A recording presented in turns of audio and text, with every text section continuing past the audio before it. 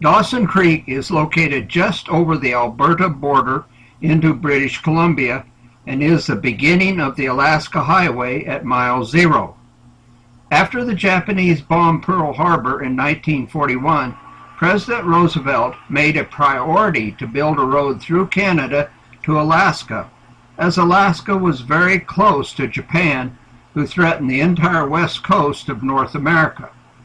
2 months later, on February 6, 1942, Congress authorized the building of a road, and a month later construction began, ending on Soldiers Summit in November of 1942.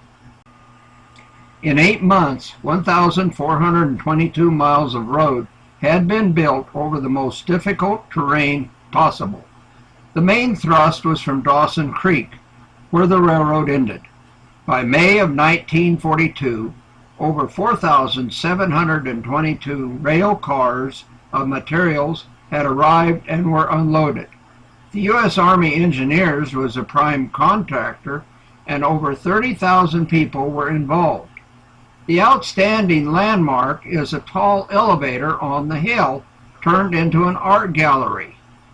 We are looking down from the inside of this grain elevator to the art gallery and the unique way they displayed their collection of art on the elevator walls. Not shown is the art along the inside stairways climbing up to this level.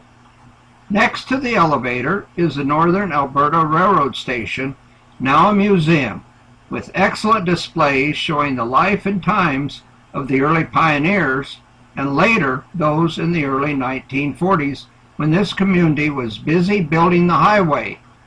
It is a very long, narrow building with many small rooms used to sort and store merchandise. We start in a very small waiting room area, followed by Bev buying a ticket from the ticket master going back to Edmonton, a room displaying fine china, a dining room, living room combination, a children's bedroom, then a fine display of brides' dresses. The 1920s on the left, the 1930s with a Philco radio in the center, and the 1940s to the right. Continuing on with some of the articles I was not familiar with until arriving at the butter churn, cream separator, and ice cream maker. As a farm kid, I spent some time on those cranks. Many of the farm tools I could relate to, particularly taking a Saturday night bath in the square bathtub.